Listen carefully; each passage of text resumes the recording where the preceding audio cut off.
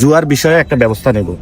কারণ যারা জুয়া খেলে তাদেরকে আবার একটা রাজনৈতিক দল তাদেরকে সাপোর্ট দেয়, এবং রাজনৈতিক যে দল মিছিল রয়েছে বিভিন্ন জায়গায় হ্যারাসমেন্ট করা, এই গ্যামলিং যারা করে তাদেরকে হলো দলীয় কর্মী হিসাবে নিয়ে যায়, এবং এর মাধ্যমে হলো ক্লাবের যে ব্যবস্থা এটা ধ্বংস হয়ে যাচ্ছে। তা আমাদের ক্লাব যদি না থাকে তাহলে সুস্থ বিকাশ, খেলাধুলা এগুলা হবে না। আমরা এখানে আরেকটা সমস্যা চিহ্নিত করেছি, এখানে হলো গ্যাসের লাইন আছে বাট গ্যাস থাকে না, মানুষ খুব বিপদে আছে।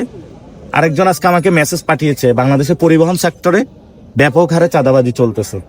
আবার এখানে কয়েকজন বিএনপি ভাইয়ের সাথে কথা হলো, তো ওনারা আমরা আজকে এখানে কথা বলে একটা বিষয় ঐক্যবদ্ধ হয়েছি যে সন্ত্রাস, চাঁদাবাজি, দুর্নীতি এবং ভারতীয় আধিপত্যবাদের বিরুদ্ধে ঢাকা ৮ আসনে বিএনপি, জামায়াত ইসলামী, এনসিপি একযোগে আমরা কাজ করব।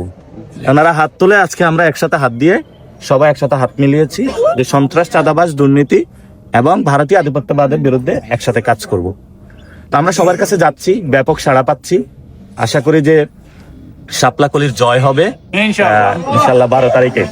কারণ আমাদের প্রত্যেকটা ফ্ল্যাটে অলরেডি জামায়াত ইসলামী 3 বার করে গিয়েছেন, এবং আরো হলো ওনারা এখন শাপলাকলি নিয়ে যাবে 21 তারিখের পরে। এর মধ্যে দিয়ে সব ঘরে আমরা আশা করি শাপলাকলি পৌঁছে যাবে 10 দিনের মধ্যে, এবং মানুষ ভোট দিতে উন্মুখ হয়ে আছে এবং মানুষ সংস্কার বা পরিবর্তন চায়। আমরা আজকে গণভোটে হ্যাঁ ক্যাম্পেইনও করেছি, মানুষের মধ্যে ব্যাপক সাড়া। মানুষ বলে যে দেশটা পরিবর্তন চাই, সংস্কার চাই। এবং আজকে একজন জুলাই যোদ্ধার সাথেও দেখা হয়েছে, কথা বলেছে, অর্থাৎ উনি একটা দোকান দিয়ে চলাফেরা, অর্থাৎ উনি কোথাও দুর্নীতি, চাঁদাবাজি, সন্ত্রাসী কার্যক্রম করতে যায়নি। তো দেশটার আমরা পরিবর্তন চাই। ইতিমধ্যে আমাকে অনেক মেসেজ দিয়েছেন যাতে মির্জা আব্বাস সাহেবের হলো নাম ধরে কথা বলা না জন্য, অর্থাৎ যে ইস্যুগুলা ঢাকা ৮ আসনে ওইগুলো অ্যাড্রেস করার জন্য।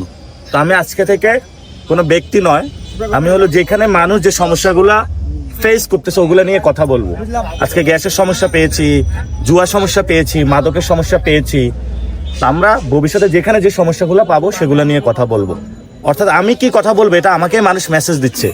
আমাকে আগে মেসেজ দিয়েছিল এটা নিয়ে কথা বলার জন্য, এখন মেসেজ দিচ্ছে যে এইভাবে হলো কথা বলার জন্য।